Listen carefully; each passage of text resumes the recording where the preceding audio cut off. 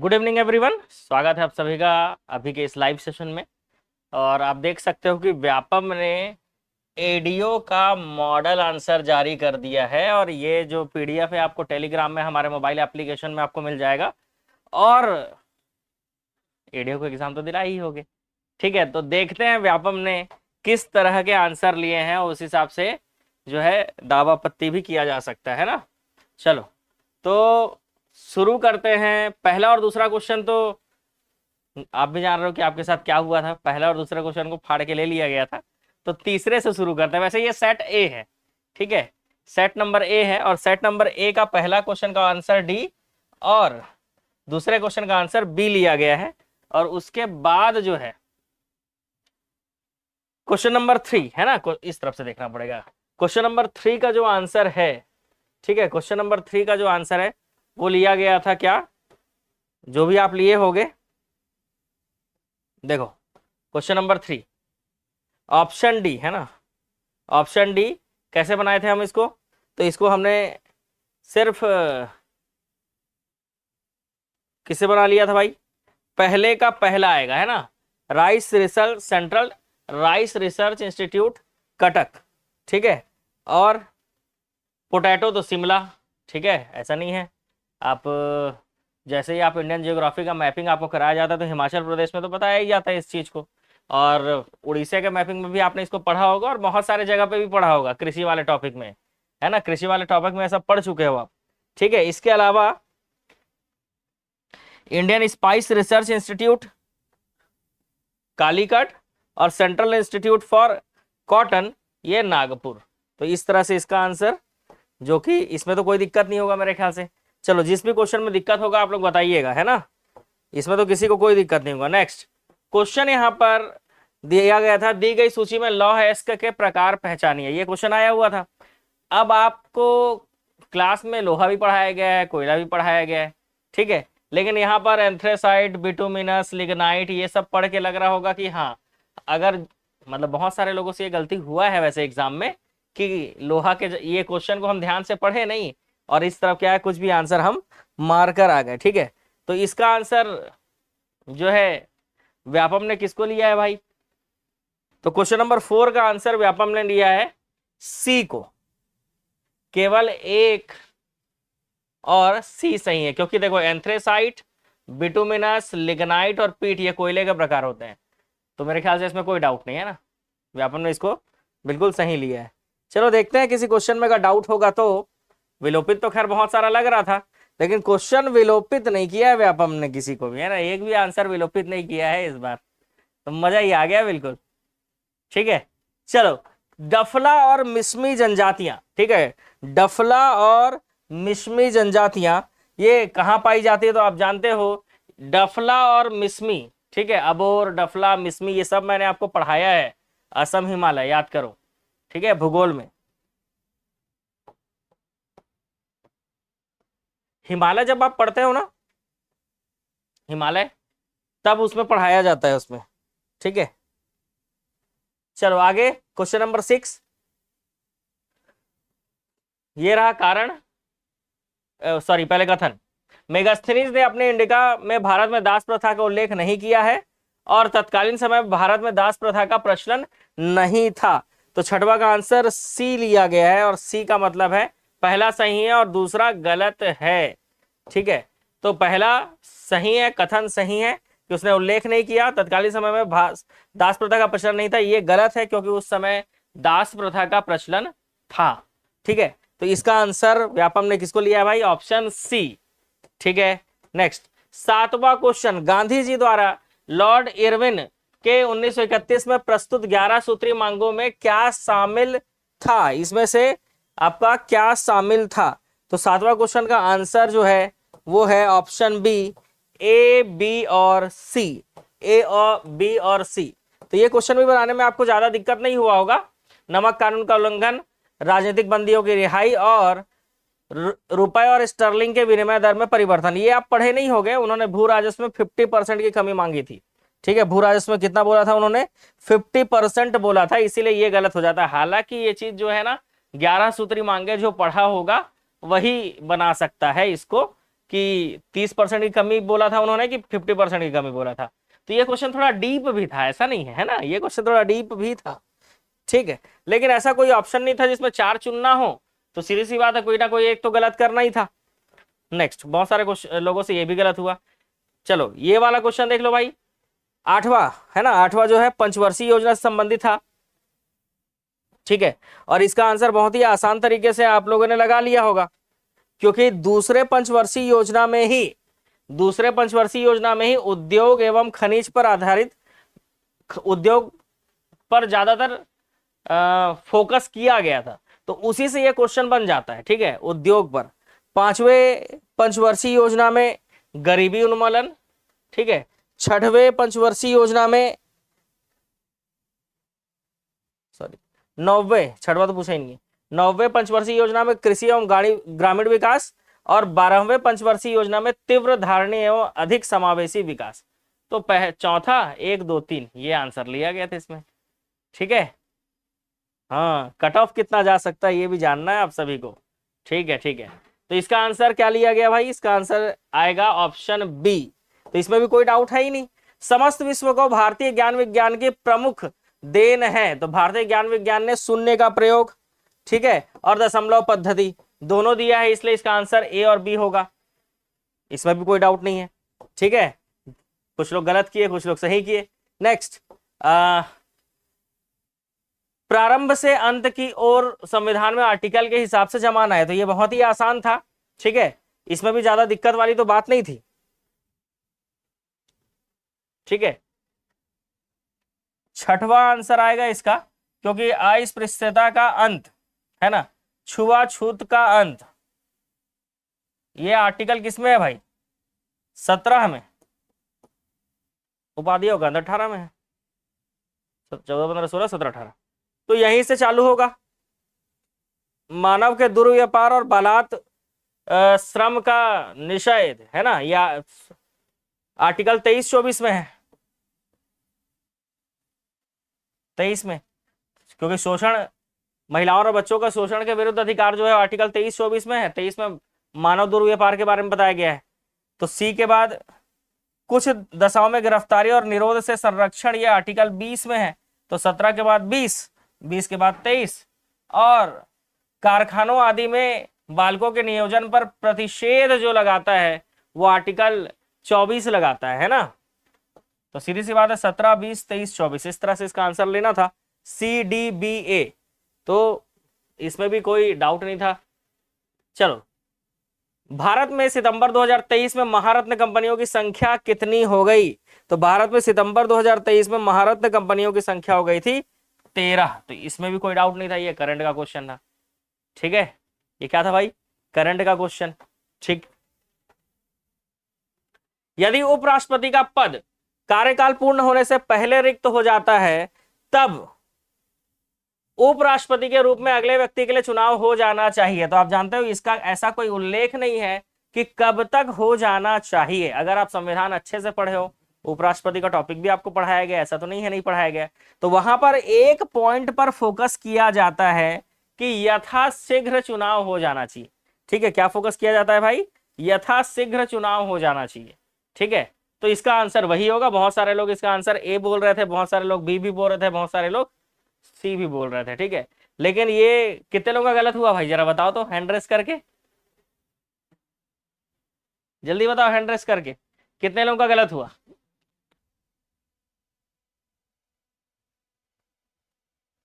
चलो,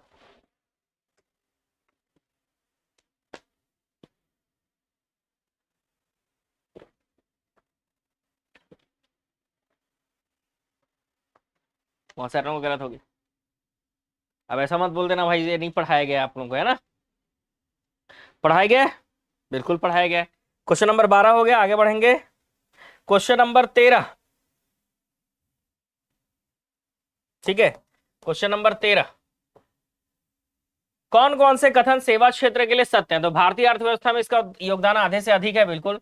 2014-15 में सेवा क्षेत्र की वृद्धि दर 10.3% थी, बिल्कुल सही। सेवा क्षेत्र भारत की आर्थिक समृद्धि का सबसे कमजोर वाहक है, ये गलत है। क्यों? क्योंकि अगर आप इकोनॉमिक सर्वे पढ़े हो तो उसमें आपको क्लियर दिखता है, इकोनॉमिक सर्वे में, कि सेवा क्षेत्र तेजी से बढ़ रहा है भारत में। जैसे छत्तीसगढ़ में उद्योग क्षेत्र बढ़ता है, मतलब उद्योग क्षेत्र सबसे मजबूत है, वैसे इंडिया लेवल पे अगर बात करें तो सेवा क्षेत्र सबसे ज्यादा मजबूत है। ठीक है, तो ये पॉइंट गलत हो गया। 1, 2 और 4 इसमें सही था और इसका आंसर बन रहा था ऑप्शन सी। इसका आंसर क्या बन रहा था भाई? ऑप्शन सी।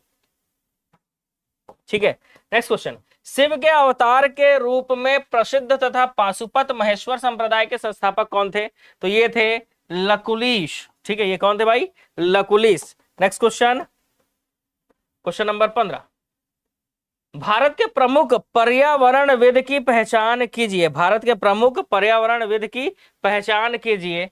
तो ये इसमें से थे डॉक्टर आरिफ अली और अनिल प्रकाश जोशी। ठीक है, ये दोनों नहीं होंगे। तो ये क्वेश्चन थोड़ा सा आउट ऑफ सिलेबस जैसा हो गया, क्योंकि इसके बारे में जनरली किसी को जानकारी नहीं थी। ठीक है, मतलब रेयर होगा कि किसी को इसके बारे में जानकारी होगी।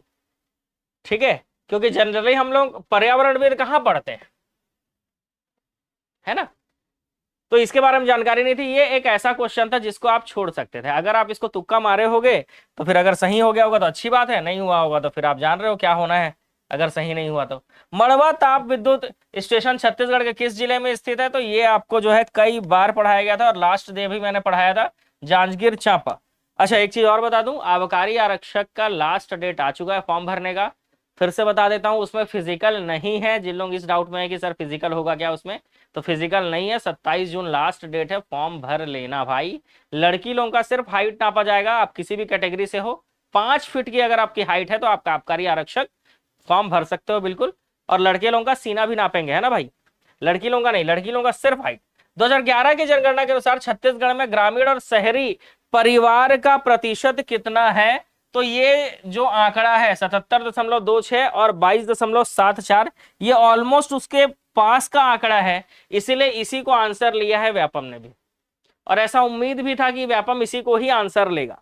ठीक है, ऐसा बिल्कुल उम्मीद था, व्यापम इसी को आंसर लेगा। नेक्स्ट, राज्य सरकार का कार्यकारी प्रमुख कौन होता है? तो राज्य सरकार का कार्यकारी प्रमुख कौन होता है भाई? तो राज्य सरकार का कार्यकारी प्रमुख होता है राज्यपाल।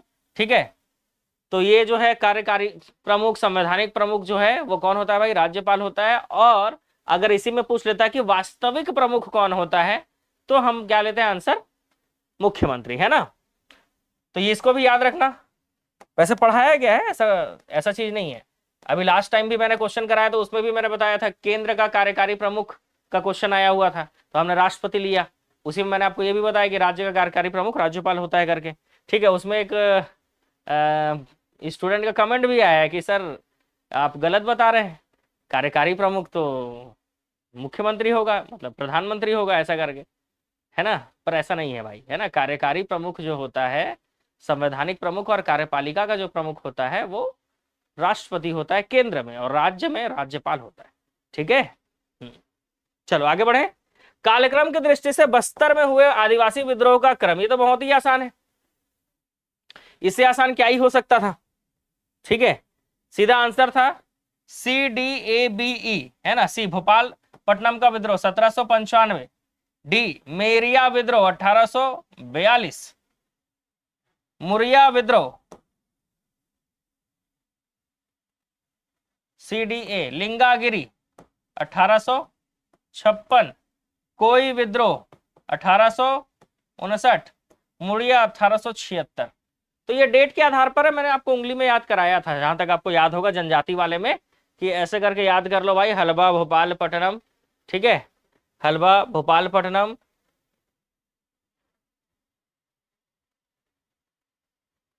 मेरिया था, और मेरिया के साथ एक और 1842 में शुरू होता है ना तारापुर का विद्रोह, वो था। फिर लिंगागिरी, कोई विद्रोह, मुरिया विद्रोह, और गुंडाधुर वाला था ना एक लास्ट, भूमकाल विद्रोह। तो इस तरह से आपको याद करवा चुके हैं, और वैसे भी ये आसान चीज है, आप बुक में ही पढ़े ही होंगे, कोई बहुत बड़ा चीज नहीं है वो। चलो next question, question number 20। Question number 20 का आंसर है ऑप्शन डी। ठीक है, ऑप्शन डी का मतलब, क्वेश्चन नंबर 20 का आंसर ऑप्शन डी, मतलब तीनों कथन क्या है भाई? तो तीनों ही कथन सही है। क्वेश्चन 20 आंसर होगा ऑप्शन डी, तीनों ही कथन क्या है भाई? सही है।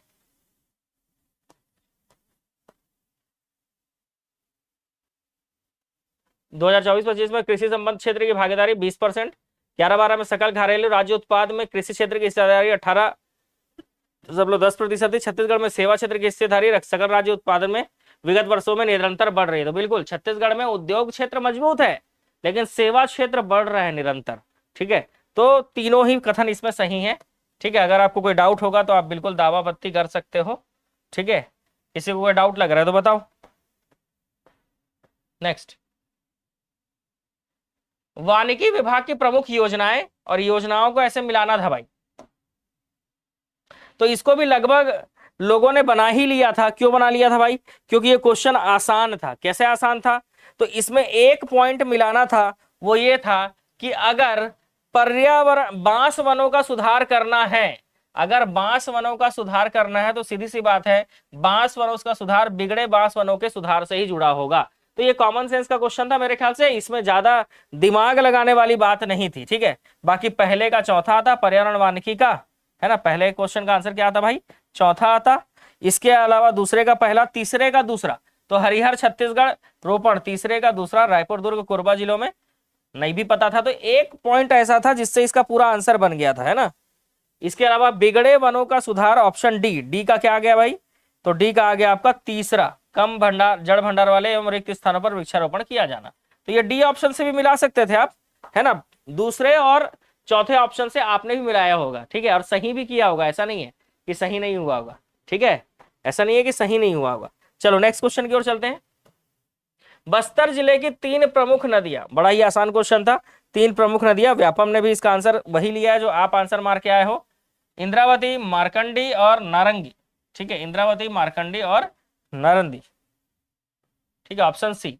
नेक्स्ट, अंग लगाना मुहावरे का अर्थ, इसका आंसर तो सबको जानना है मेरे ख्याल से, नहीं जानना है? अंग लगाना मुहावरे का अर्थ, ठीक है, तो असर होना। देखो एडीओ का जिस दिन एग्जाम हुआ ना, उस दिन बहुत सारे बच्चों का मैसेज भी आया कि सर मॉडल आंसर बनाइए, मॉडल आंसर बनाइए, ऐसा करके।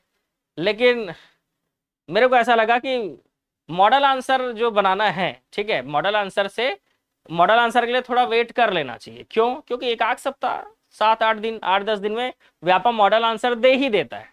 ठीक है, तो सीधा हमको व्यापम के मॉडल आंसर पर चर्चा करनी चाहिए। ठीक है, इसलिए मैंने नहीं बनाया था मॉडल आंसर। चलो क्वेश्चन नंबर 24, संतान की लंबी उम्र और सुख समृद्धि की कामना के लिए कौन सा? तो कमर छठ, ये भी आपको पता है। चलो अच्छी बात है।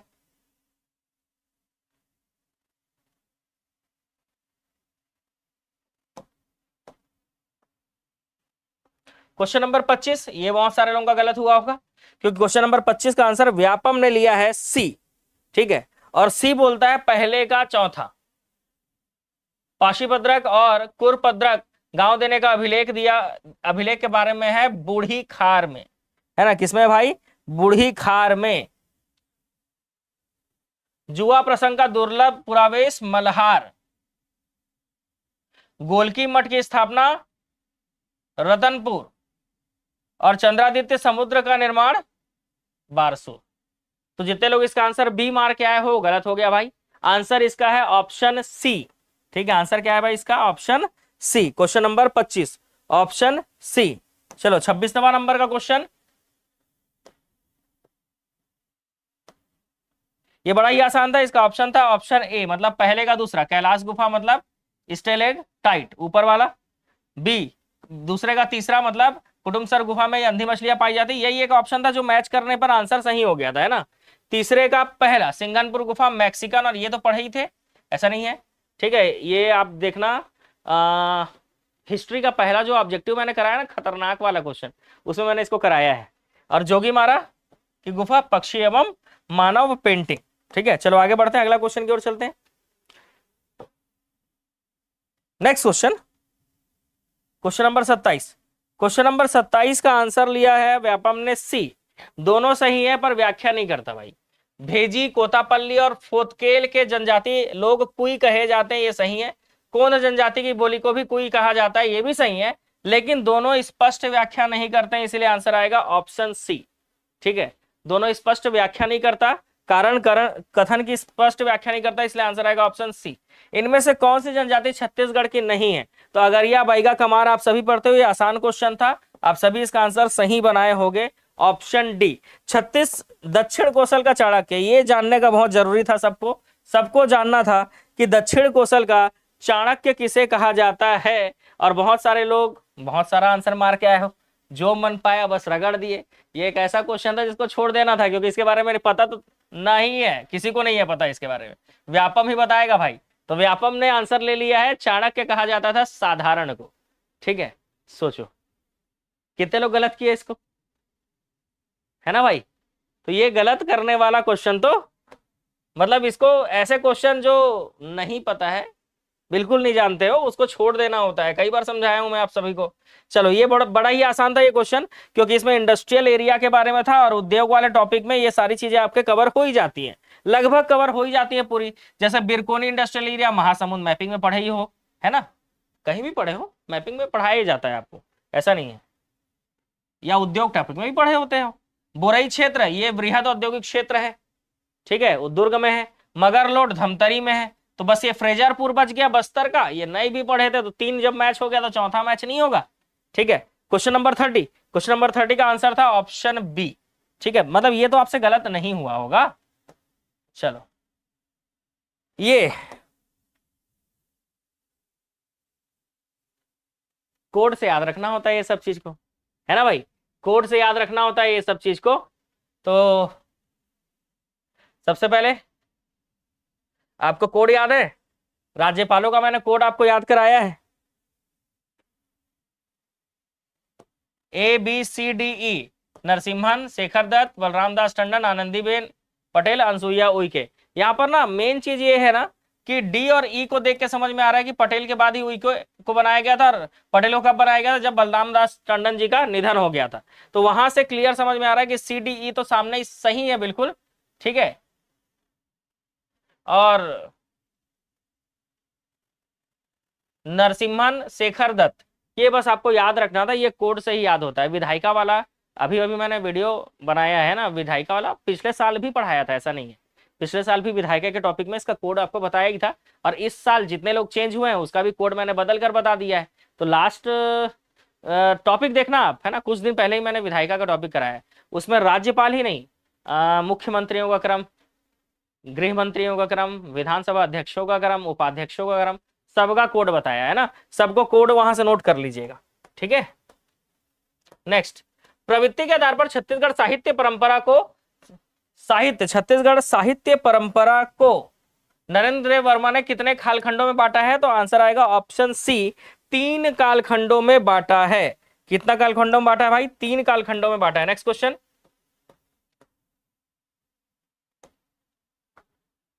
शिवनारायण से प्राप्त शिलालेख में सती प्रथा का वर्णन मिलता है। राजा उल्हड़देव के साथ उनकी तीनों पत्नियां सती हुई थी। तो ये आएगा आंसर ए, है ना, राजा उल्हड़देव के साथ उनकी तीनों पत्नियां सती हुई थी। इसमें उल्हड़देव अगर मृत्यु हो गई है तभी तो तीनों पत्नी सती होंगे, सीधी सी बात है, उसके साथ ही होंगे। तो आंसर आएगा ऑप्शन ए, सही व्याख्या है। ठीक है, ये आंसर इसका सही व्याख्या है। ठीक है, चलो नेक्स्ट क्वेश्चन की ओर चलते हैं। नेक्स्ट क्वेश्चन हमारा क्या बोलता है, ये तो इसमें ये क्वेश्चन बड़ा ही आसान था, 1 पॉइंट आपको मिलाना था और आंसर आपका आ जाता। वैसे आप सभी आंसर इसका ऑप्शन सी ही लिए होंगे, 34 का ऑप्शन लिया होगा आपने सी।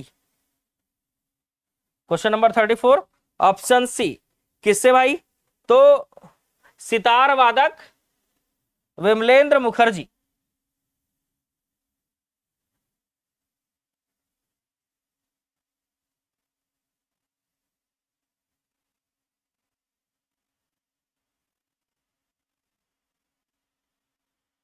इसी से, है ना,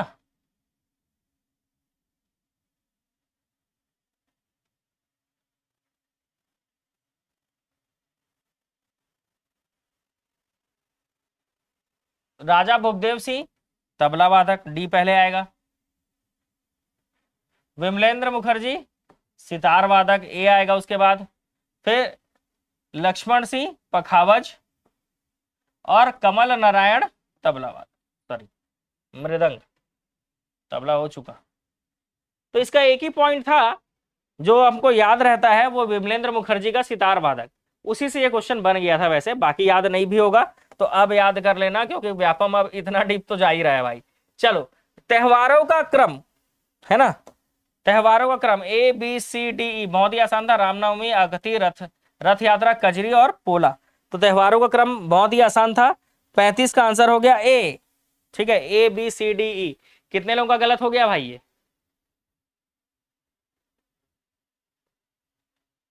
हाँ, राजा चक्रधर से ही तो भूपदेव सिंह को रिलेट करना था, बिल्कुल सही।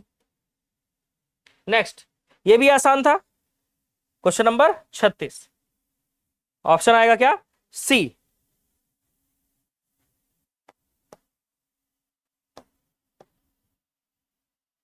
बहुत ही आसान था। लोकायुक्त, मुख्य सचिव अमिताभ जैन, इसी से मिला सकते थे आप। राज्य निर्वाचन आयुक्त भी पता था आपको, अजय सिंह। महाधिवक्ता नहीं भी पता था तो भी आपको मिलाना बहुत ही आसान हो गया था यहां से, क्योंकि मुख्य सचिव और राज्य निर्वाचन आयुक्त बहुत ही सही आसान था, 1 2 3 4 लाइन से था। ठीक है, चलो अगला क्वेश्चन। छत्तीसगढ़ राज्य की सीमाएं कितने जिलों से लगती है? तो इससे आसान क्वेश्चन क्या ही हो सकता था, 7 जिले। छत्तीसगढ़ की जलवायु कैसी है भाई? तो छत्तीसगढ़ की जलवायु कैसी है भाई? तो उष्ण कटिबंधीय में आता है। आप जान रहे हो छत्तीसगढ़ का अधिकांश हिस्सा जो है वो उष्ण कटिबंध में आता है, तो आंसर सीधी सी बात है क्या आएगा? उष्ण कटिबंधी, ऑप्शन ए। वित्त मंत्री द्वारा हस्तलिखित भाषण में मुख्यमंत्री नगरोत्थान योजना हेतु कितने राशि का प्रावधान किया गया था? तो 500 करोड़। ठीक है, 500 करोड़, 39C। राउत नाचा में बीच बीच में गाए जाने वाले दोहे भक्ति, नीति, हास्य से संबंधित होते हैं? सभी से संबंधित होते हैं। आंसर आएगा ऑप्शन डी। ठीक है, सामाजिक उद्यमिता एवं प्रोत्साहन को बढ़ावा देना, यही है प्रधानमंत्री जनधन योजना। तो सीधी सी बात है, ये आंसर ये आ जाएगा। सामाजिक उद्यमिता मतलब समाज में उद्योग को प्रोत्साहन मिल सके, बढ़ावा मिल सके। आंसर आएगा ऑप्शन ए। व्याख्या भी सही है। नेक्स्ट, पशुपालन के विकास के कार्यक्रम को व्यवस्थित करे। तो पशुपालन के विकास के कार्यक्रम को व्यवस्थित करें। भेड़ बकरी का पालन, मवेशियों और सुअरों का पालन, हाथियों का पालन, मुर्गियों का पालन, अल्पाका और लामा का पालन। ये सीधा बिल्कुल सही था। मतलब आप देखो बहुत सारे आंसर ABCD में ही है, लाइन से, बिल्कुल क्रम से। इस तरह से व्यापम ने पूछा था, लोग कंफ्यूज ज्यादा हो गए। मैंने आपको पहले ही बोला था एग्जाम में हड़बड़ाना मत भाई, है ना। चलो, अल्पकालिक ऋण जो है वो किसके लिए दिया जाता है भाई? तो बीजों के खरीद के लिए दिया जाता है। चलो, इसका स्व सहायता समूह का नया समूह क्या कहलाता है? वेंचर, व्यापार वेंचर कहलाता है। आंसर आएगा ये बी। पहले का दूसरा, दूसरे का पहला। बहुफसल कार्यक्रम जो है 1967-68 में चालू हुआ था। भारतीय जुआ कृषि मानसून जो है ये का जुआ योजना आयोग और बैठकों की कार्यवाही का लिखना सामुदायिक संगठन का काम होता है। तो ये बढ़िया आंसर था, ऑप्शन बी इसका आंसर होगा। ठीक है, next question, question number 45। Question number 45 है, जब शिकार अनुपादक था उस समय पशुधन का पालतूकरण आवश्यकता से प्रेरित था।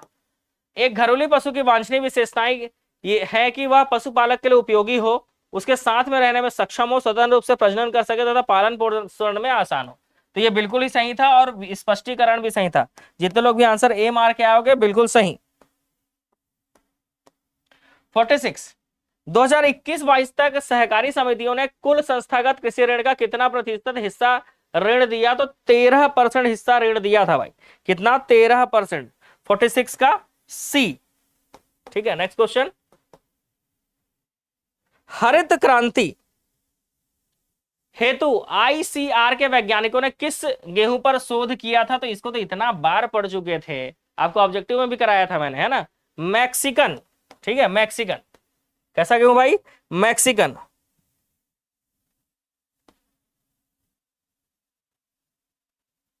व्यक्ति की आजीविका की पहचान कीजिए। तो व्यक्ति की आजीविका जो है वो किससे चलेगा भाई? ऑप्शन बी, भोजन पानी से। किससे भाई?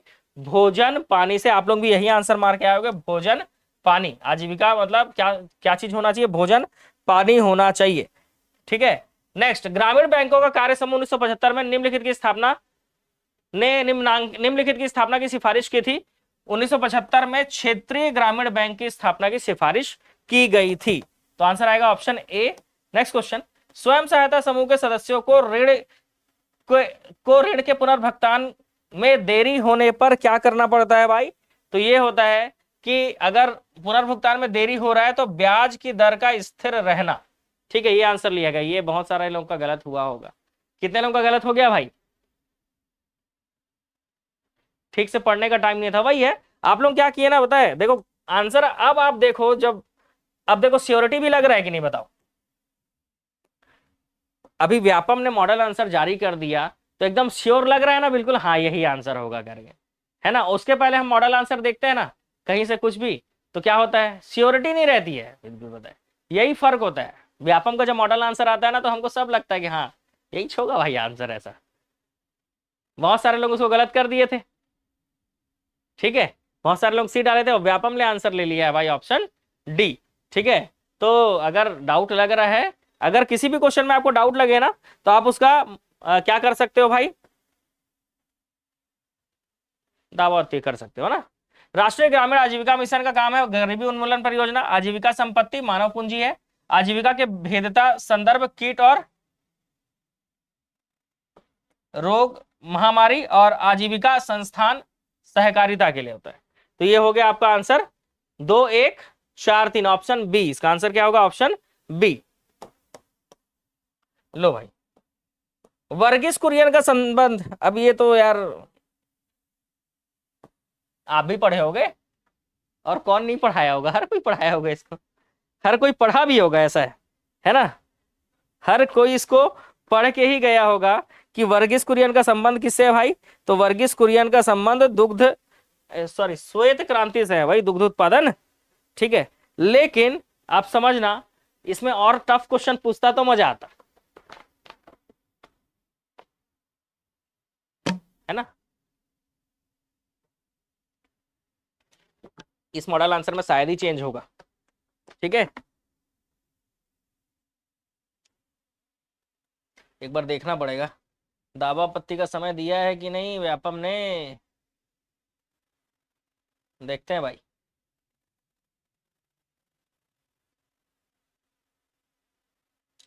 हाँ, दावा आपत्ति का समय दिया हुआ है 30 जून तक आप दावा आपत्ति कर सकते हो भाई। ठीक है, प्रत्येक प्रश्न के लिए 50 रुपए लगेगा। मेरे को जिसमें लगेगा मैं खुद दावा आपत्ति कर दूंगा, है ना। श्वेत क्रांति, पशुपालन के स्तंभ। चलो भाई, क्वेश्चन नंबर 53 ऑप्शन आंसर था डी, पशुपालन के स्तंभ उन्नत प्रजनन संतुलित पोषण। ये कितने लोगों का गलत हो गया भाई, उन्नत प्रजनन संतुलित पोषण, पशुपालन के स्तंभ उन्नत पोषण और संतुलित पोषण। चलो नेक्स्ट क्वेश्चन,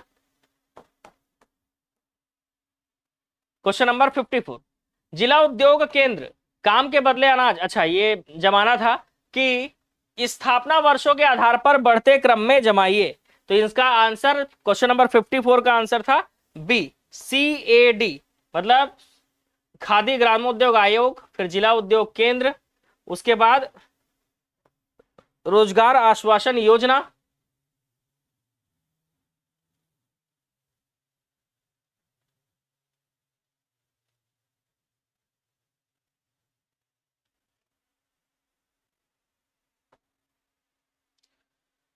अब इस क्वेश्चन को तो व्यापम को विलोपित कर देना चाहिए था, जान रहे हो आप, लेकिन व्यापम ने आंसर बी ले लिया है। ठीक है, व्यापम ने आंसर क्या ले लिया है, बी ले लिया है, जबकि सही उत्तर होता इसका CBADE होता। लेकिन अब देखते हैं, व्यापम ने विलोपित तो करना था, इसमें आप दावा पत्ती लगा सकते हो, क्योंकि जिला उद्योग केंद्र की स्थापना 1978, काम के बदले अनाज 1977 था, खादी ग्रामोद्योग आयोग 1956, रोजगार आश्वासन योजना 1993 और नई राष्ट्रीय कृषि विकास नीति 2007 है। तो इस हिसाब से आंसर तो इसमें मैच कर ही नहीं रहा था, फिर भी आंसर बी लिया था। आप लोगों में से कितने लोग बी लिया था भाई, आंसर बताओ, कितने लोग आंसर बी लिए हो,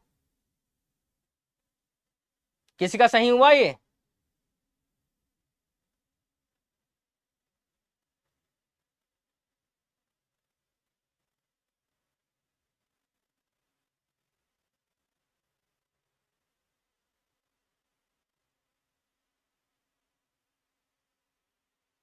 चलो, तो अगर आपको इसमें डाउट लग रहा हो ना, तो बिल्कुल आप इसमें दावापत्ती कर सकते हो भाई। क्वेश्चन नंबर 55, कुल उत्पादन का उपभोग के अंतर को क्या कहते हैं।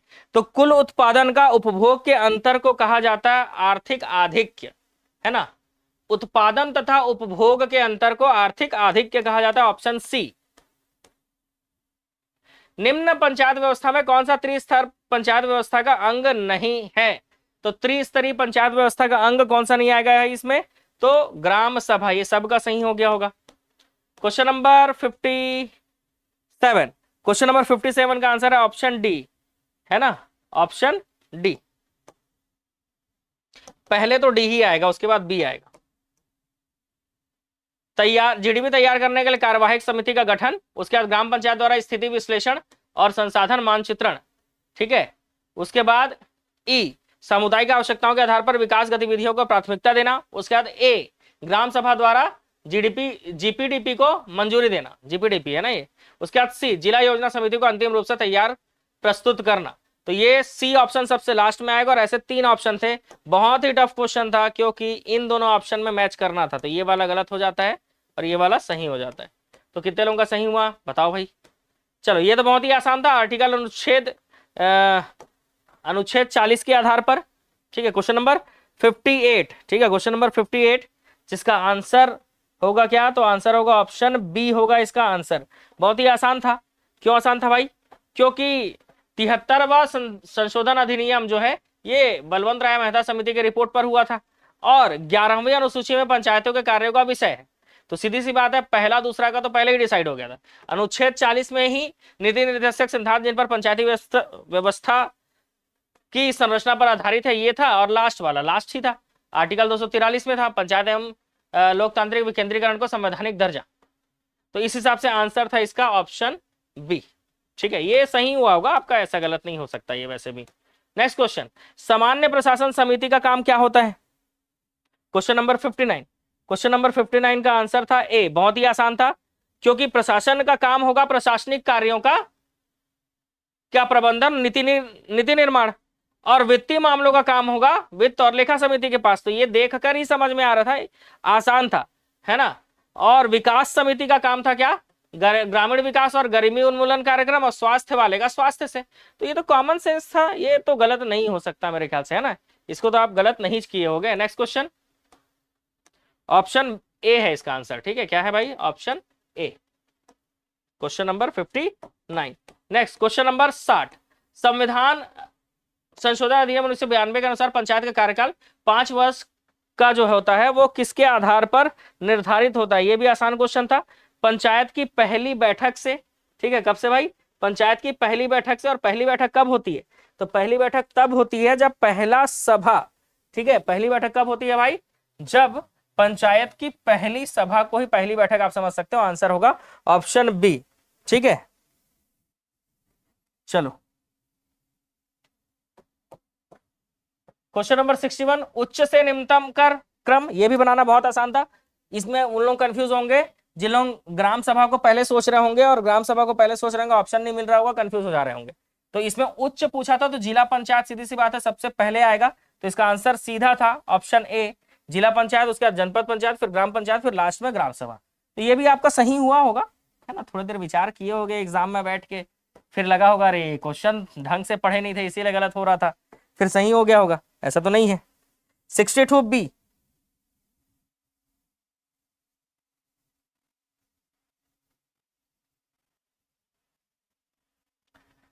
ग्राम सभा सरपंच को निष्कासित कर सकते हैं, बिल्कुल। ग्राम सभा सरपंच को चुनती है, बिल्कुल। तो यहां पर आंसर आता है ए और आर दोनों सही हैं, और आर ए एस मतलब कथन कारण जो है वो कथन का सही स्पष्टीकरण नहीं है, ये आंसर व्यापम ने लिया है, ठीक है। लेकिन आप देखो, आप जानते हो सरपंच को ग्राम सभा के लोग चुनते हैं कि नहीं चुनते हैं? तो देखो सरपंच, ये सही भी हो सकता है। कैसे?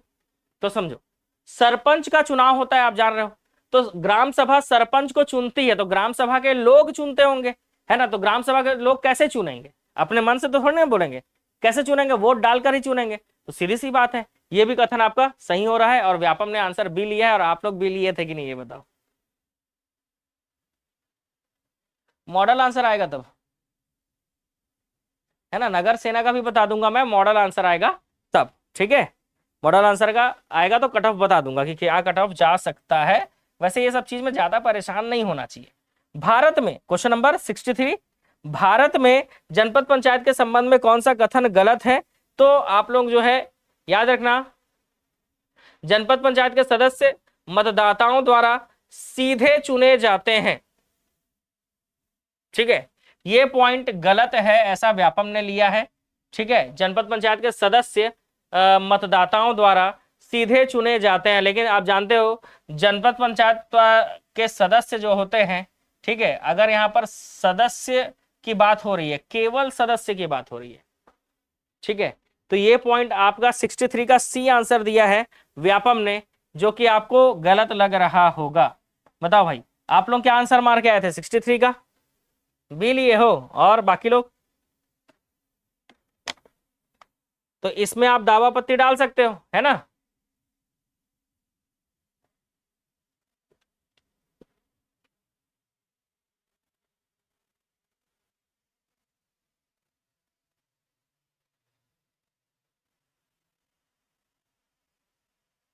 ठीक है, तो आप लोग अगर इसका आंसर कुछ और डाले होगे तो देख लेना, लेकिन यहां पर पूछा गया था कि कौन सा कथन सही है, तो जनपद पंचायत के सदस्य मतदाताओं द्वारा सीधे चुने जाते हैं, तो हाँ, जनपद पंचायत के जो सदस्य होते हैं वो मतदाता लोग डायरेक्ट चुनते हैं उसको, है ना, सीधे चुने जाते हैं, मतलब वोट डालकर। ए लिए थे, जनपद पंचायत त्रिस्तरीय पंचायती राज व्यवस्था का मध्यवर्ती स्तर है, ये लिए थे, बिल्कुल त्रिस्तरीय पंचायत स्तर की व्यवस्था का मध्यवर्ती स्तर है, ये भी सही है, ये भी सही है।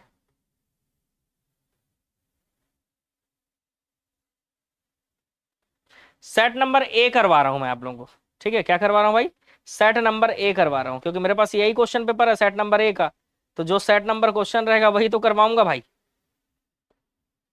लेकिन क्वेश्चन नंबर 63 का व्यापम को ज्यादा सही आंसर लग रहा है, वो लग रहा है ऑप्शन सी। आप भले ही ए लिए हो, लेकिन व्यापम बोलता है कि जनपद पंचायत के सदस्य मतदाताओं द्वारा सीधे चुने जाते हैं, ये कथन सही है।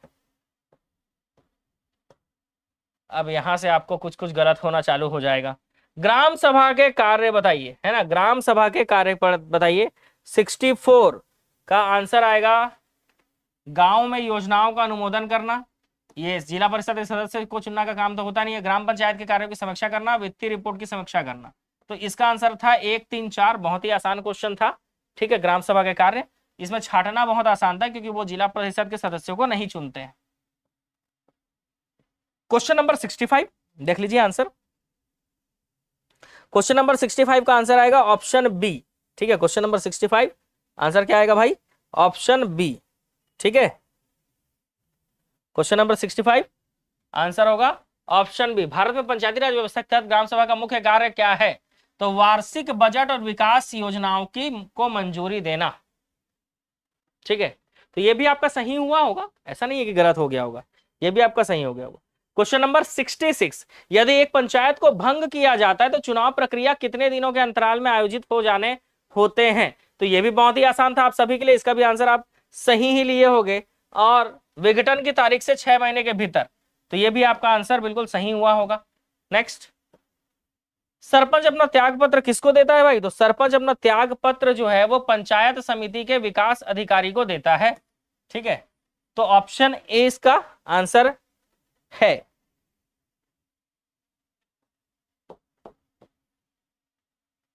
अगला क्वेश्चन, क्वेश्चन नंबर 68 ना, महात्मा गांधी राष्ट्रीय रोजगार योजना मनरेगा पंचायत क्षेत्र के अंतर्गत एक प्रमुख योजना है। बिल्कुल सही। मनरेगा का उद्देश्य ऐसे काम करने वाले इच्छुक वयस्कों को अकुशल मैनुअल काम प्रदान करने का, ग्रामीण क्षेत्रों में आजीविका सुरक्षा को बढ़ाना है। बिल्कुल सही, इसका आंसर आप सभी सही लिए होंगे। बस आप ना एग्जाम में पढ़ने में गलती कर दिए होगे, है ना, पढ़ने में अगर ऑप्शन पढ़ने में गलती कर दिए होगे, स्पष्टीकरण भी सही है, तो आंसर आएगा ऑप्शन डी। यहां पर जिन्होंने इसको नहीं पढ़ा या स्किप कर दिया उनसे गलती हुआ, बहुत सारे लोगों का गलती हुआ था, मैसेज आया था मेरे पास, है ना, इस चीज के लिए कि सर हम जल्दी जल्दी में पढ़ नहीं पाए और ऑप्शन ए आंसर ले लिए, लेकिन आंसर था ऑप्शन डी। ठीक है, पंचायती राज व्यवस्था में किस पद हेतु सीधा चुनाव होता है? तो इसमें जो व्यापम ने आंसर लिया है वो लिया है ऑप्शन डी। ठीक है, सरपंच। ठीक है, सरपंच। तो आप बोलोगे सर जिला पंचायत के सदस्य भी का भी जो है सीधा चुनाव होता है, लेकिन व्यापम को ऐसा लगता है कि केवल सरपंच का ही सीधा चुनाव होता है। ठीक है, हो सकता है व्यापम कुछ अलग तरीके से प्रश्न पूछना चाह रहा हो, ठीक है, तो 69 को विलोपित होना चाहिए, तो आप दावा पत्ती लगा देना यार, ठीक है। किस दिनांक से लागू होता है संविधान का 73वां संशोधन, है ना, 73वां संशोधन किस दिनांक से लागू होता है? 24 अप्रैल 1993। इन दोनों ऑप्शन में कंफ्यूज किया था, है ना, 24 अप्रैल 1993, इसीलिए पंचायती राज दिवस मनाते हैं हम लोग, ठीक है। चलो अगला क्वेश्चन था क्वेश्चन नंबर 71वां। क्वेश्चन नंबर 71वां का आंसर आएगा ऑप्शन बी, है ना, 71वां का आंसर है ऑप्शन डी, है डी, बी के बाद आएगा क्या, डी। इसको तो आप सही किए होगे, ऐसा नहीं है। पहले का तीसरा, नाबार्ड क्या करता है, विभिन्न वित्तीय संस्थाओं को पुनर्वित्त उपलब्ध कराता है, ऑप्शन डी आंसर है ना इसका।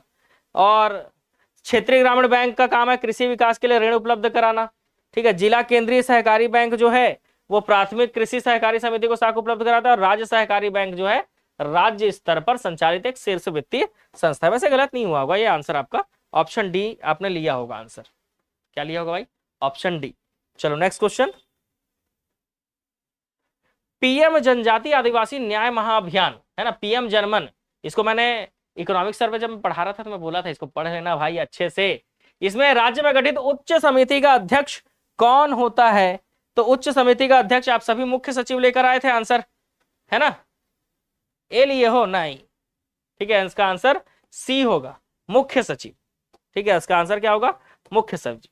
छत्तीसगढ़ सामाजिक अंकेक्षण इकाई का गठन कब किया गया था? ये तो गलत नहीं हुआ होगा मेरे ख्याल से आपसे, तो ये हुआ था सितंबर 2013, ठीक है, सितंबर 2013, ठीक है, सितंबर 2013।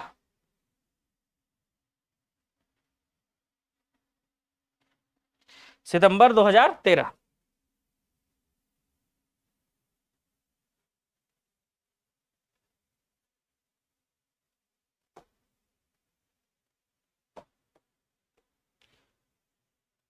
चलो भाई,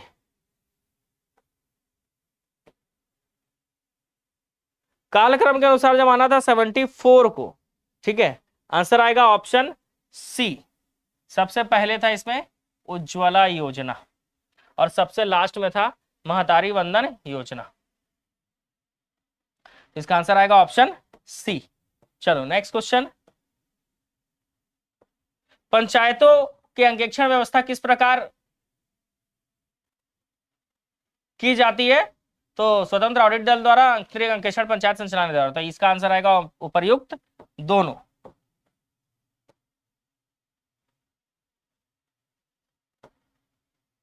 ठीक है, इसका आंसर, तो इसका आंसर भी आएगा ऑप्शन सी। उद्देश्य क्रमांक 5 का मतलब है लैंगिक समानता। उद्देश्य क्रमांक 6 स्वच्छ जल एवं स्वच्छता। उद्देश्य क्रमांक 7 सस्ती एवं प्रदूषण मुक्त ऊर्जा। और उद्देश्य क्रमांक 8 उत्कृष्ट कार्य एवं आर्थिक वृद्धि। लगभग लोगों से ये क्वेश्चन नहीं बना होगा। सतत विकास उद्देश्य क्रमांक का ये ऐसे क्वेश्चन थे जिसको छोड़ दिया जाता है एग्जाम में। क्वेश्चन नंबर 77, ठीक है, क्वेश्चन नंबर 77 देखो भाई, क्वेश्चन नंबर 77, सूचना का अधिकार अधिनियम की धारा 20 में राज्य सूचना आयोग जन सूचना अधिकारी के समय के भीतर सूचना नहीं देने की स्थिति में शास्ति अधिरूपित करने के पूर्व सुनवाई करने का युक्तियुक्त अवसर देगा। सही, क्योंकि सूचना का अधिकार अधिनियम 2005 एक अर्ध न्यायिक प्रक्रिया है। तर्क भी सही है और व्याख्या भी सही है। तो इसलिए याद रखना, इस बार व्यापम ने पैटर्न बदलना था। नहीं वाले को पहले रखा था उसने और सही वाले को दूसरे में रखा था। तो इसका आंसर आएगा ऑप्शन बी। सूचना के अधिकार 2005 के तहत जन सूचना अधिकारी मतलब लोक प्राधिकारी। ये तो आपसे बना ही होगा, ऐसा नहीं है नहीं बना होगा। लोक प्राधिकारी। सामाजिक अंकेक्षण किसमें दिया हुआ था? इतना आसान क्वेश्चन आया हुआ था भाई। तो सामाजिक अंकेक्षण आपका दिया हुआ था धारा 17। ठीक है, धारा 17 आपने भी आंसर लिया होगा। चलो जल्दी खत्म हो जाएगा। ग्रामीण, क्वेश्चन नंबर 80 देखो, क्वेश्चन नंबर 80, ग्रामीण स्वरोजगार प्रशिक्षण संस्थान के अंतर्गत कृषि program, product program, process program, general program, अन्य प्रोग्राम चलाए जा रहे हैं, बिल्कुल चलाए जा रहे हैं, ठीक है। और ग्रामीण युवकों में कौशल उन्नयन, उनका स्वरोजगार हेतु सकारात्मक दृष्टिकोण विकसित करना है, बिल्कुल सही, स्पष्टीकरण भी सही है, आंसर आएगा ऑप्शन ए। नेक्स्ट, नाबार्ड का क्या कार्य होता है, चलो क्वेश्चन नंबर 81, नाबार्ड का क्या कार्य होता है? तो नाबार्ड का कार्य क्या होता है भाई? प्रत्यक्ष वित्त पोषण, पुनर्वित्त, विकास संबंधी पर्यवेक्षी। तो इसका आंसर था ऑप्शन डी, 1 2 3 4 चारों ही सही हैं। चलो नेक्स्ट क्वेश्चन, क्वेश्चन नंबर 82, सूचना का अधिकार अधिनियम 2005 क्या है? तो आप सभी जानते हो सूचना का अधिकार अधिनियम 2005 एक तरह का अर्ध न्यायिक प्रक्रिया है, ठीक है, एक तरह का अर्ध न्यायिक प्रक्रिया है। नेक्स्ट, आरआरबी की स्थापना कब हुई थी? तो आरआरबी की स्थापना हुई थी 26 सितंबर 1975, 26 सितंबर 1975। सूचना के अधिकार अधिनियम के अंतर्गत सूचना प्राप्त करने के लिए सही क्रम, निराकरण का सही क्रम आपको जमाना है। क्वेश्चन नंबर है 84, क्वेश्चन नंबर 84 का आप लोग आंसर लेंगे ऑप्शन बी, पहले बी आएगा, बी के बाद सी आएगा, पहले आवेदन करेगा, उसके बाद प्रथम अपीलीय अधिकारी, उसके बाद सी के बाद ए, द्वितीय अपीलीय अधिकारी। तो ये भी बहुत आसान था, आप लोग बना ही लिए होंगे इसको भी, है ना भाई। क्वेश्चन नंबर 85, और कई लोग कंफ्यूजन में गलत भी कर दिए होंगे,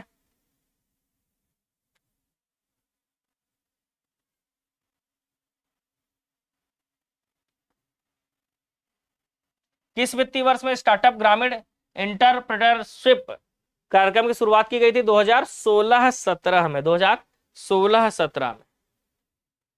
छत्तीसगढ़ में, बहुत ही आसान क्वेश्चन आया था, बिहान के नाम से जाना जाता है, ठीक है, राज्य ग्रामीण आजीविका मिशन को। नेक्स्ट क्वेश्चन, स्वच्छ भारत मिशन ग्रामीण तथा जल जीवन मिशन के ने किस माह व वर्ष में ग्रामीण वास नामक व्हाट्सएप शुरू किया था? तो मार्च 2025 में शुरू किया था।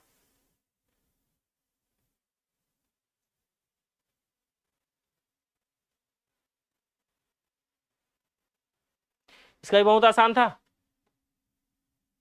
उज्ज्वला योजना मतलब गैस मिलेगा, आयुष्मान भारत मतलब स्वास्थ्य मिलेगा, सुकन्या समृद्धि योजना मतलब महिला बाल विकास, अटल पेंशन योजना मतलब वित्तीय सेवा विभाग।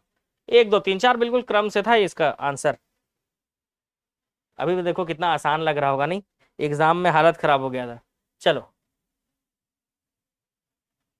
कालक्रम, तो सबसे पहले मनरेगा, सबसे पहले मनरेगा, तो ऑप्शन आएगा सी, और सबसे लास्ट में आएगा प्रधानमंत्री मुद्रा योजना, सॉरी ऑप्शन ई आएगा ना सबसे पहले, मनरेगा है ना, तो ई पहले आएगा और ए लास्ट में आएगा। ई के बाद दीनदयाल अंत्योदय योजना, उसके बाद सी प्रधानमंत्री ग्रामीण सड़क योजना, फिर ग्रामीण कौशल योजना, फिर प्रधानमंत्री मुद्रा योजना। बहुत ही आसान आया था, ठीक है। तो क्वेश्चन नंबर 89, सी नहीं जी, 89 का आएगा ई, ई के बाद ए, ई से ए, ई पहले ए लास्ट में, ई के बाद सी है और सी के बाद डी है, और डी के बाद फिर बी है, और बी के बाद फिर ए। कठिन था भाई क्वेश्चन, ठीक है, आसान नहीं था। हाँ इसका आंसर ए लिया गया है, कंफ्यूज नहीं होना है, ठीक है, इसका आंसर ए लिया गया है भाई, डर गए थे आप लोग, नहीं? चलो question number 90, question number 90 option आएगा आंसर आपका डी आएगा, ठीक है। क्वेश्चन नंबर 90 देख लो भाई, ऑप्शन डी, ठीक है। ये पांचों थे। 2014 में नियंत्रक एवं महालेखा परीक्षक द्वारा इंदिरा आवास योजना की निष्पादन लेखा परीक्षा में कैसे निष्कर्ष निकाले गए थे? तो पांचों निष्कर्ष निकाले गए थे, आंसर आएगा ऑप्शन डी, ठीक है, ऑप्शन डी। चलो क्वेश्चन नंबर 91, 10 क्वेश्चन और बच गए, हिंदी का क्वेश्चन है। क्वेश्चन नंबर 91, तत्सम शब्द का उदाहरण है इसमें से, तो तत्सम शब्द का उदाहरण है 19, 19 जो है वो एक तरह का तत्सम शब्द है। मुहावरों को पहचानिए, निम्नलिखित में से मुहावरों को पहचानिए। तो मुहावरा कौन कौन सा भाई? अरे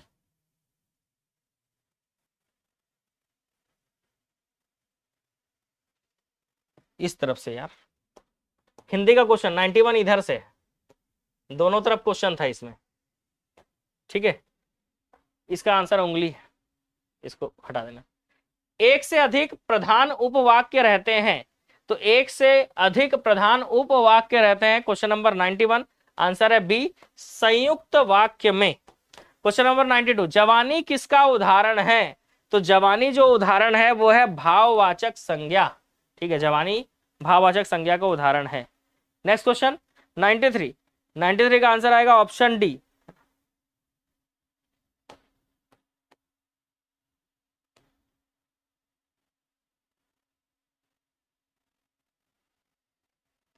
ये मनुष्य अन्न खाता है, विधानार्थक वाक्य। माता पिता का कहना मानो, आज्ञार्थक वाक्य। ईश्वर सबका भला करे, इच्छा बोधक वाक्य। और पानी ना बरसता तो धान सूख जाता, संकेतार्थक वाक्य था। तो इसका आंसर आएगा 93 का, आपका आंसर आएगा ऑप्शन डी, है ना। 93 का आंसर क्या है भाई? ऑप्शन डी है।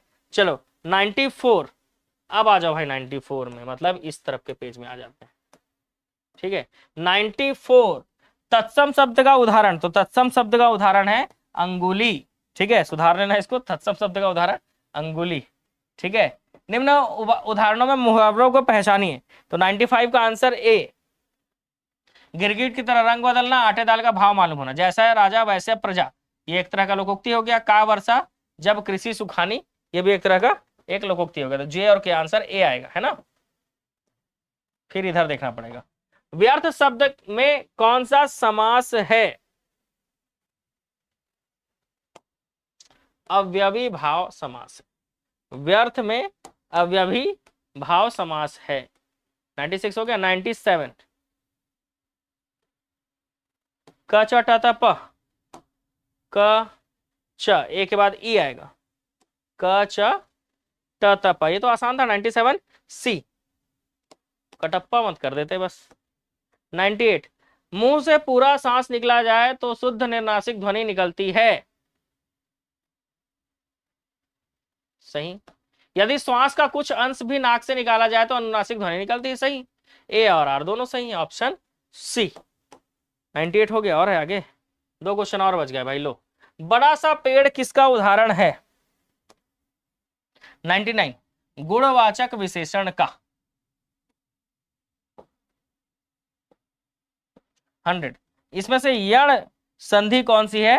तो मात्रानंद,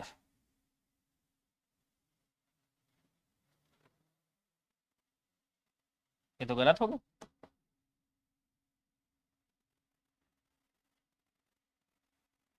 यण संधि का उदाहरण है, तो व्यापम ने तो आंसर सी ले लिया है भाई। आपको क्या लगता है? मात्रा, मात्र धनानंद, मात्रानंद या रवा हो सकता है, ठीक है। तो ये रहे मॉडल आंसर, एडीओ व्यापम ने जो जारी किया है ना, इसका आंसर व्यापम ने लिया, यण संधि का आंसर मात्रानंद। तो ये रहा आपका एडीओ का मॉडल आंसर। और अब आप चेक कर सकते हो कि आपका कितना नंबर आया, ठीक है। गलत है, बहुत लोगों को सही लग रहा है, जिसको सही लग रहा है कोई दिक्कत नहीं है। जिसको गलत लग रहा है, दावा पत्ती का टाइम सिर्फ 30 जून तक का है, ठीक है। आप ए ले लिए थे, ने धनन अयादि स्वर संधि है भाई, वो नयन कैसे ए ले लिए थे? और तल्लीन भी नहीं आएगा, तत् धन लीन होगा, है ना, व्यंजन संधि है वो। तो सीधी सी बात है, आंसर या तो सी लिए होगा या तो डी लिए होगा, ठीक।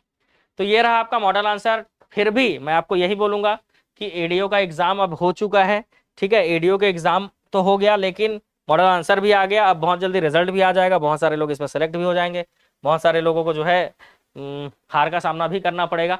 लेकिन जो तैयारी का फ्लो है हमारा, वो हमारा फ्लो टूटना नहीं चाहिए, ठीक है। अभी आप कंटिन्यू एग्जाम दीजिए, है ना। जैसे आगे अभी आपका आबकारी आरक्षक है, परिचारक है, उसके बाद आमीन की तैयारी कीजिए, ठीक है। जो पुलिस आरक्षक की तैयारी कर रहे हैं, आबकारी आरक्षक भी दिलाओ, उससे आपको और कॉन्फिडेंस आएगा। उसके बाद आप सीजी पुलिस का जो आरक्षक का पेपर है 15 सितंबर को, वो बिल्कुल आपका निकालना ही है, आपको ऐसा है, ठीक है।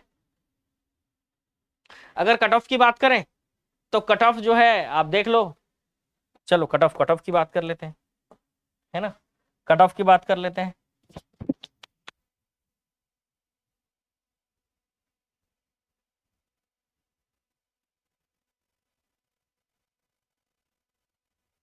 लोग पहले बताओ, आप लोगों के हिसाब से क्या कट ऑफ लग रहा है भाई, है ना, क्योंकि बहुत सारे धुरंधर लोग भी हैं, जनरल, ओबीसी, एसटी, एससी, आप लोगों के हिसाब से क्या कट ऑफ जा सकता है? कट ऑफ मतलब अंतिम वो नंबर जहां पे सिलेक्शन हो सकता है उस कैंडिडेट का, ठीक है। तो फाइनली मॉडल आंसर के आने के बाद ना सारी चीजें क्लियर हो जाती हैं, ठीक है। फाइनली जो है मॉडल आंसर आने के बाद ना सारी चीजें क्लियर हो जाती है।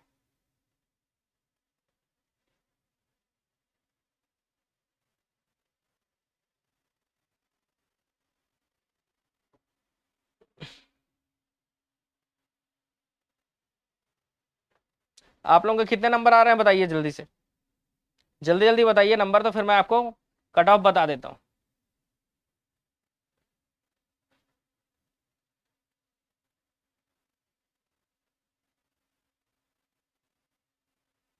व्यापम के पोर्टल पे दिया हुआ है, आपका क्वेश्चन है कि दावापत्ती कैसे करोगे। व्यापम के पोर्टल पे अपना लॉग आईडी पासवर्ड डाल के लॉगिन करो और उसके बाद वहां पे दिया हुआ है दावापत्ती कैसे करते हैं, ठीक है।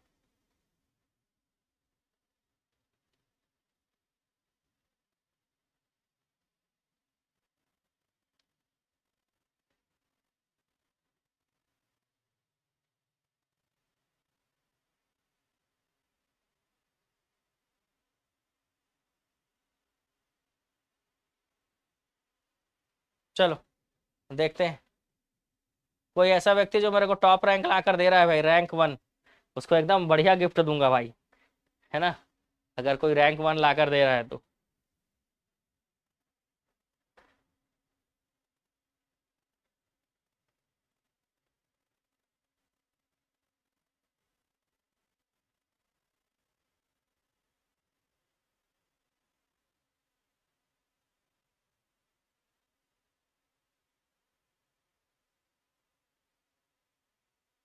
मन टूट गया, चलो मन तोड़ने की जरूरत नहीं है, ठीक है, मन तोड़ने की जरूरत नहीं है, क्योंकि एक एग्जाम से,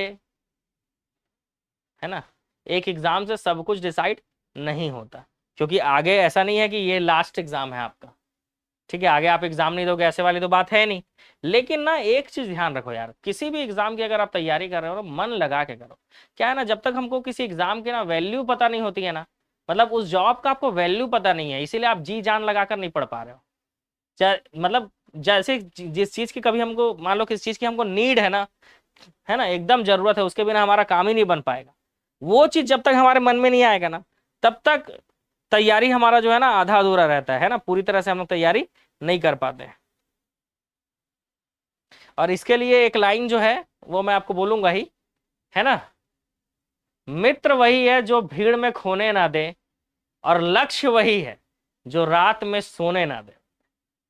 तो नींद नहीं आना चाहिए भाई जब तक आपको आपका लक्ष्य ना मिल जाए,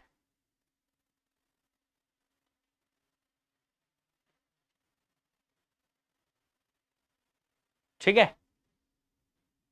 तो कट ऑफ की चर्चा जो है करना है हमको, आंसर बता रहे हैं बहुत सारे लोग कितना कितना नंबर आ रहा है वैसे,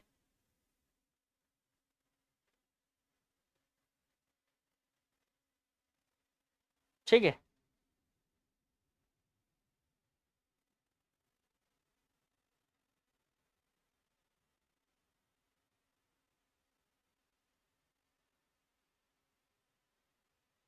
देखो ओबीसी वालों, आप लोगों को पता है आप अगर 70 प्लस नहीं लाओगे तो सिलेक्शन वैसे भी नहीं होगा, है ना। जनरल कैंडिडेट 75 प्लस चाहिए आपको, है ना, 65, और सॉरी गलत लिखा गया, एससी इधर है, एसटी इधर है, 60 प्लस।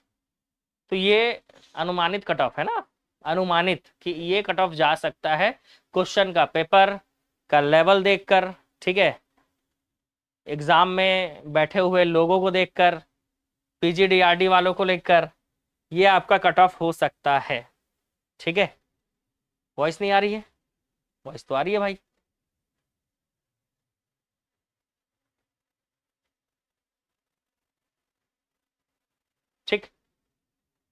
तो ये एक अनुमानित कट ऑफ है। अगर 75 से ऊपर नहीं आ रहा है तो जनरल में तो शायद ही हो पाएगा, ओबीसी में 70 से ऊपर नहीं आ रहा है तो मुश्किल ही है, एससी में भी 65 से प्लस, और एसटी में थोड़ा नीचे भी जा सकते हैं डाउन, है ना, क्योंकि कई बार किस्मत ऐसा रहता है कि 55 पे भी सिलेक्शन हो जाता है, 50 पे भी सिलेक्शन हो जाता है एसटी कैटेगरी में। पर एक हम ये मान के चल रहे हैं कि 60 प्लस अगर हमारा आ रहा है तो ठीक है, नहीं आ रहा है तो फिर मुश्किल है।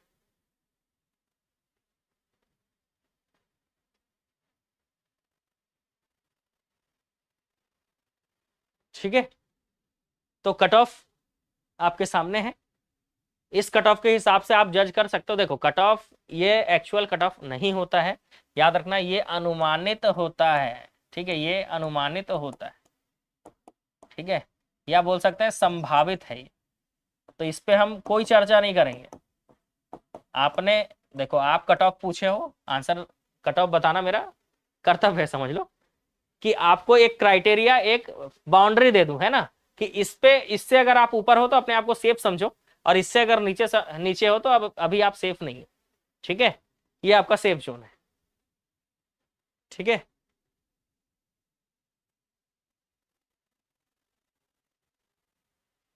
अब आपके सवाल और मेरे जवाब, है ना।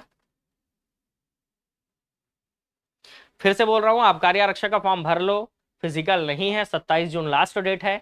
ठीक है, लड़कियों का सिर्फ हाइट नापा जाएगा, कोई फिजिकल नहीं है, सिर्फ हाइट नापेंगे। लड़के लोगों का हाइट और सीना दोनों नापेंगे।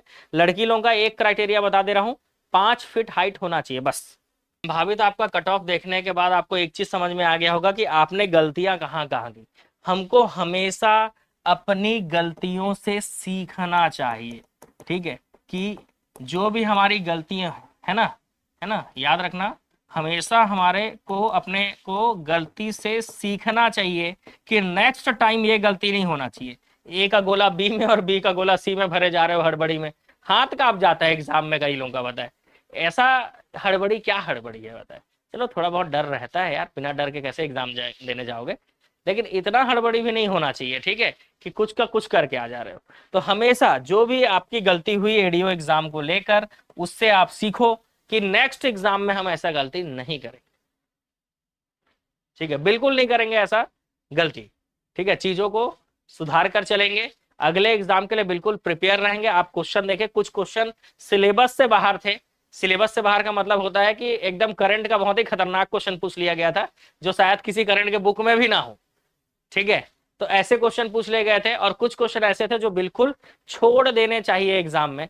वो क्वेश्चन जब आए थे तो मैंने आपको बताया भी था कि ये क्वेश्चन ऐसा था जिसको बारे में आपको कोई जानकारी ही नहीं है। ऐसे क्वेश्चन को तुक्का नहीं मारना चाहिए, आपने उस क्वेश्चन को तुक्का मार के आया होगा, बस यही एक रीजन है सिलेक्शन ना होने का, कि जिसके बारे में हमको बिल्कुल नहीं जानकारी होती है उसमें भी हम क्या मार देते हैं, तुक्का मार देते हैं।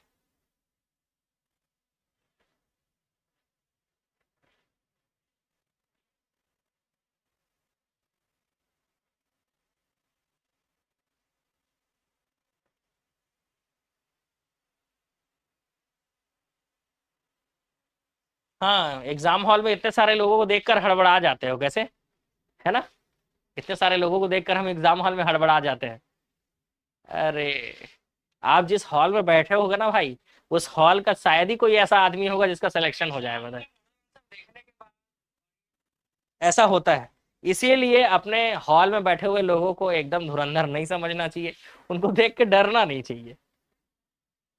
ठीक है, तो नेक्स्ट आपका टारगेट है आबकारी, 5 फीट से कम है, डायरेक्ट आमीन का टारगेट कर लो भाई।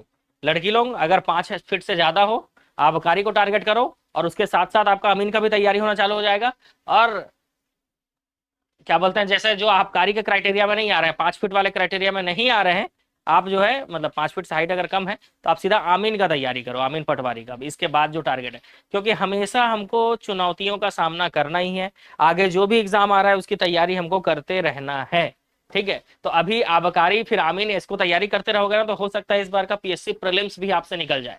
ठीक है, क्योंकि आप कंटिन्यू, क्या होगा, कंटिन्यू वे में पढ़ते रहोगे तो प्रीलिम्स आपके लिए बहुत आसान हो जाएगा। क्योंकि मैथ्स, रीजनिंग पढ़ना ही पड़ेगा, इंडिया जी के, छत्तीसगढ़ जी के, हिंदी, छत्तीसगढ़ी भाषा, इंग्लिश, ये सब पढ़ना पड़ेगा। तो सीधी सी बात है, प्रीलिम्स की भी आपकी तैयारी होगी।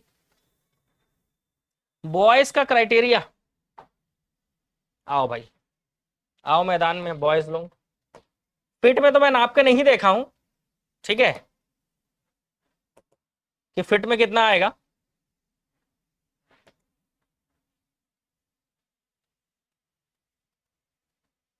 ये आबकारी आरक्षक का विवरण है ना, इसमें क्राइटेरिया क्या दिया है बता देता हूँ।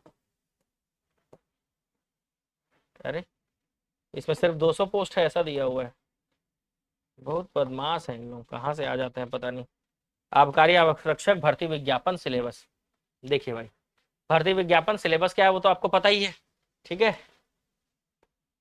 देखो क्राइटेरिया क्या दिया हुआ है, कहाँ गया भाई, ये देखो यहाँ पे लिखा है आबकारी, ठीक है। अब पढ़ते हैं, ये देखो फिजिकल नहीं होगा बोला गया है, लेकिन सिर्फ शारीरिक योग्यता होनी चाहिए। वो क्या होनी चाहिए, तो देखो लड़कियों के लिए 152.4 सेंटीमीटर बोला है, इसका मतलब 5 फीट बोला है।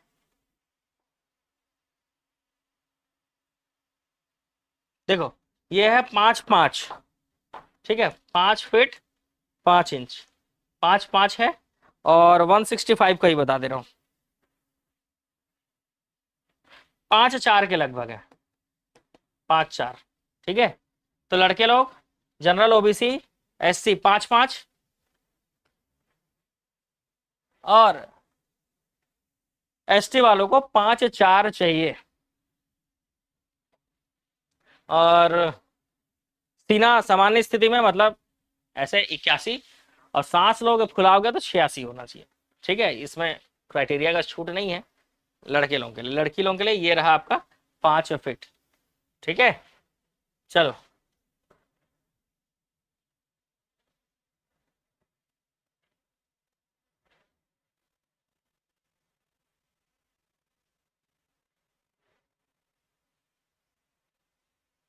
5 फीट नहीं हो तो भी एग्जाम दे सकते हो, एग्जाम तो दे ही सकते हो। देखो आप व्यापम का कोई भी एग्जाम दे सकते हो, अगर आपकी हाइट 5 फीट नहीं भी है एग्जाम आप दे सकते हो, ठीक है। एग्जाम आप दे सकते हो, कोई दिक्कत नहीं, फॉर्म भर दो एग्जाम दे सकते हो। बस ये है कि जब हाइट नापा जाएगा ना तो उस समय जो है आपको बाहर कर दिया जाएगा, ऐसा है।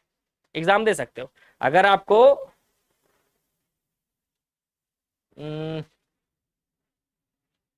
एक्सपीरियंस लेना है कि एग्जाम का आबकारी आरक्षक का, तो फॉर्म भर दीजिए, ठीक है।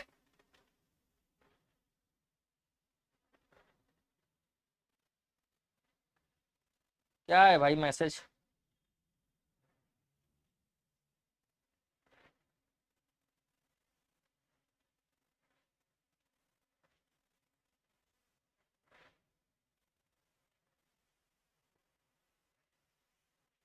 चलो तो सेशन खत्म, कट ऑफ जान चुके, आगे चीजें भी समझ में आ गई।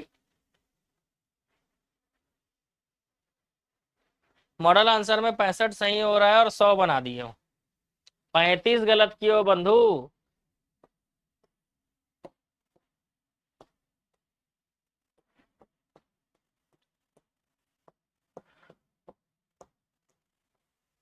कोई भी ऑनलाइन कोर्स ज्वाइन करना हो आप जानते हो 199 रुपए में आप ज्वाइन कर सकते हो कंप्लीट कोर्स, है ना। 199 में आप कंप्लीट कोर्स ज्वाइन कर सकते हो। लेकिन एक चीज मैं आपको बता देता हूँ, है ना, बार बार अपने वीडियो में बोलता हूँ, ऑनलाइन कोर्स के लिए आप युवा एकेडमी का ऐप डाउनलोड कर सकते हो, इसमें व्हाट्सएप में मैसेज कर दो। सोच समझ कर कोर्स लिया करो, पहला चीज। क्योंकि एक बार आपने गलती से दूसरे कोर्स में पेमेंट कर दिया हड़बड़ी में, क्योंकि सबका रेट 199 के लगभग है, सबका रेट 199 है, कुछ कोर्स का 299 है, 399 है, लेकिन सबका लगभग मैक्सिमम 100 प्लस कोर्स का रेट जो है वो यही है ना, चार्जेस जो है 199। तो आप क्या करते हो, गलती से 199 किसी दूसरे कोर्स में जाकर पे कर देते हो, और उसके बाद मैसेज करते हो कि सर प्लीज कोर्स कन्वर्ट कर दीजिए।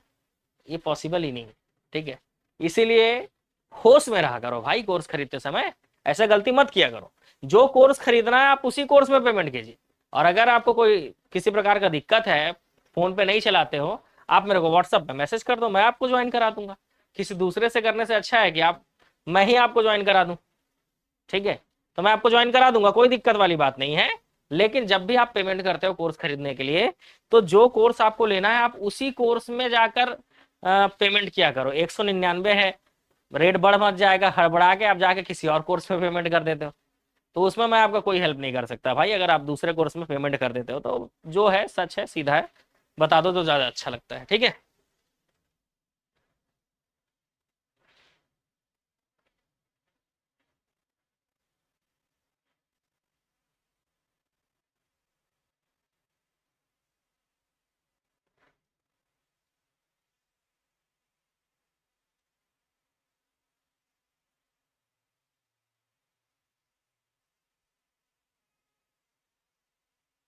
अच्छा, अब उसका पीजीडीआरडी है नहीं है उसके हिसाब से कैलकुलेट अलग होगा, ठीक है। लेकिन माइनस मार्किंग 1/4 था ना, जहां तक मेरे को याद है।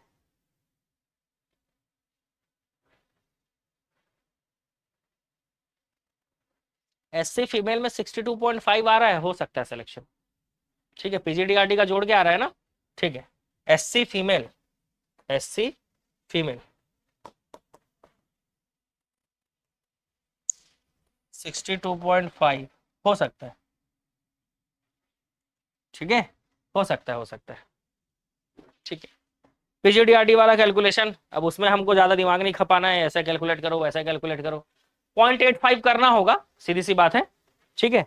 जो 56 नंबर आ रहा है ना, उसका 0.85 करोगे तो पता चल जाएगा कि कितना नंबर आ रहा है, और उसके बाद पीजीडीआरडी का नंबर भी जुड़ेगा अगर किए हुए होगे तो, ठीक है। तो जो मैंने 56 नंबर बताया, ठीक है, ये वाला क्राइटेरिया तो ध्यान में ही नहीं था। 0.85 करना होगा, 47.5 नंबर आ रहा है, ठीक है। अब उसके बाद पीजीडीआरडी किए हो तो नंबर जुड़ेगा, नहीं किए हो तो नहीं जुड़ेगा यार, सीधी सी बात है, ठीक है।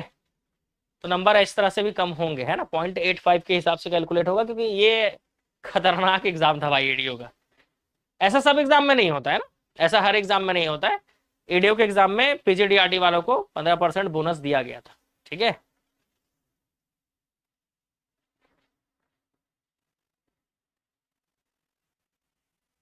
ठीक है भाई।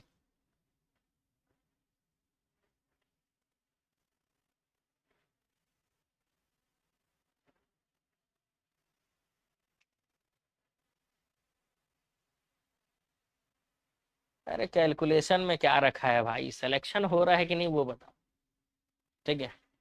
कैलकुलेशन में क्या रखा है।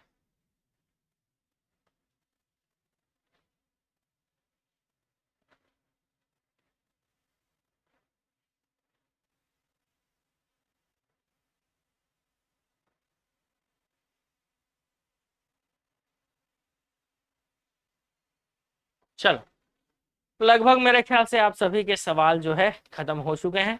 तो हम लोग मिलते हैं, अब टाइम हो गया यार, बताओ क्वेश्चन करोगे। प्रयोगशाला परिचारक का साइंस का मेगा टेस्ट, प्रयोगशाला परिचारक कार्यारक्षक का पहला मेगा टेस्ट फ्री है, एप्लीकेशन में जाकर आप दिला सकते हो। अनलॉक कर दिया है मैंने, है ना। तो आप जाकर दिला सकते हो, क्वेश्चन का लेवल देख सकते हो, और अगर अच्छा लगे तो ज्वाइन भी कर सकते हो, ठीक है।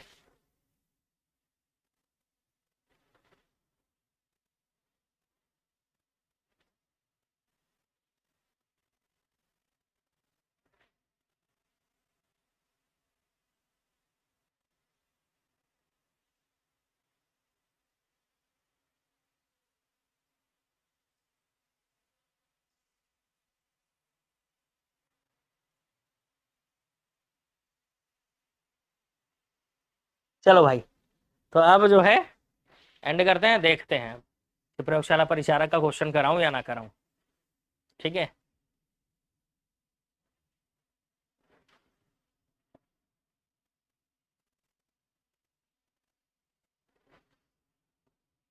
नहीं है पीजीडीआरडी, हाँ तो फिर दिक्कत होगा। चलो, मिलते हैं भाई, है ना।